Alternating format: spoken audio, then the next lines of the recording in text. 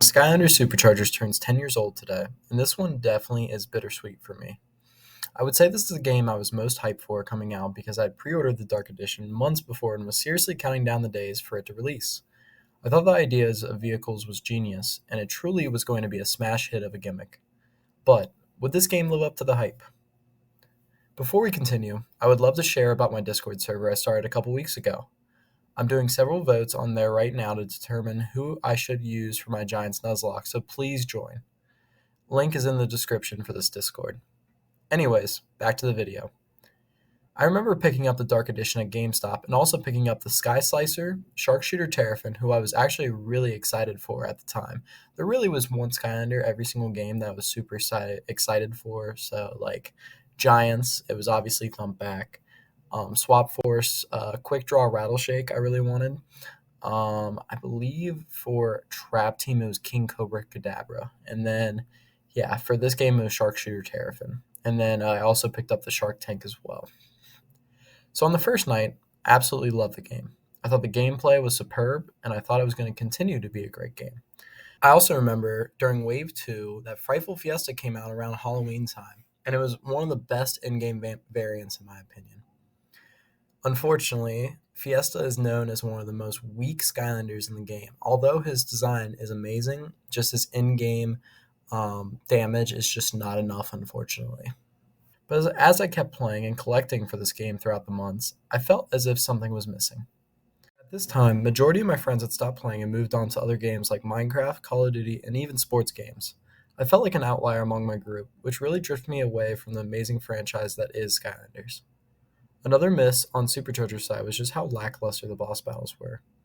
I'm so serious when I say Count Moneybone's boss battle is my least favorite in all the 6 games.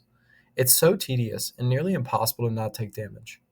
I remember that Christmas I received an Xbox One, and with all my Skylanders games still being on the 360, I felt myself really moving on at this point. Am I saying that Superchargers was a bad game? No. I thought that the collab with Bowser and Donkey Kong was amazing and a fantastic idea, even if I couldn't play with them on the Xbox 360. Although I do believe there were some issues with the vehicle sections and negatively affected the game, I would give Superchargers overall a 7.3 out of 10 after playing it.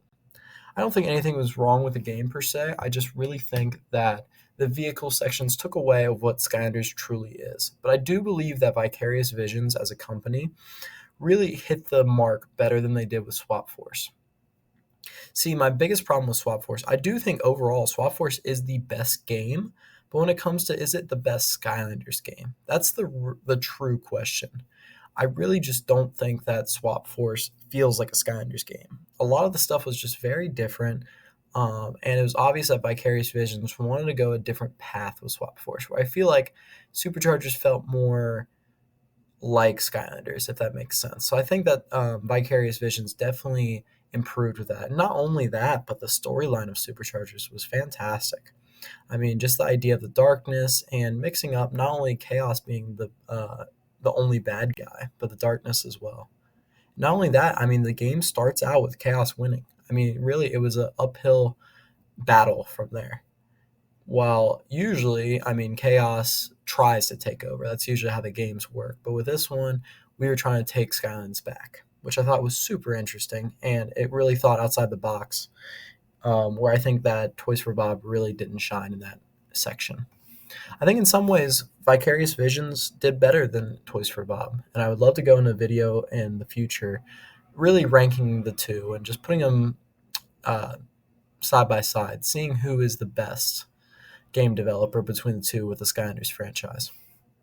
I did still collect Skylanders throughout the Superchargers tenure, but as soon as I saw that Chef Pepperjack, my favorite villain from Trap Team, wasn't going to be in Imaginators, that was a nail in the coffin for my younger self. I know it sounds silly and it doesn't seem like that big of a deal, but for me, it really was back then. And I was looking for something that was going to get me excited. There was always that one character, like I said before, that got me excited for Skylanders games, and here it just really wasn't there. I still collected figures like Flarewolf, Ember, Jingle Bell, Chompy Mage, and Chaos when I was younger, but I never actually bought Imaginators. I just know with how disappointing Imaginators was for me now, I would have probably quit back then before even finishing the game. In summary, was the story of mine a little negative for a 10-year anniversary of a game? Probably. But the fond memories of waiting for this game to release and Wave 1 and 2 will always be something that I will cherish. Not only that, but it's some of the most clear memories I have of my Skylanders childhood. Happy anniversary to Superchargers.